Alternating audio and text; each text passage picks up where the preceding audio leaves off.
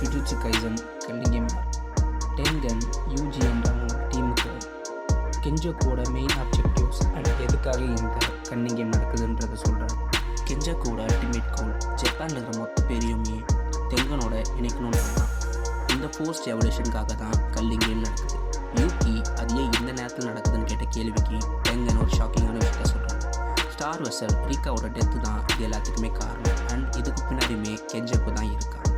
Duncan, star vessel and six eyes இவங்க 3 பேருக்கு நடுவிலுமே ஒரு ஃபேட் சைக்கிள் கண்டினியூஸாக இத்தனை வருஷமாக இருந்திருக்கு.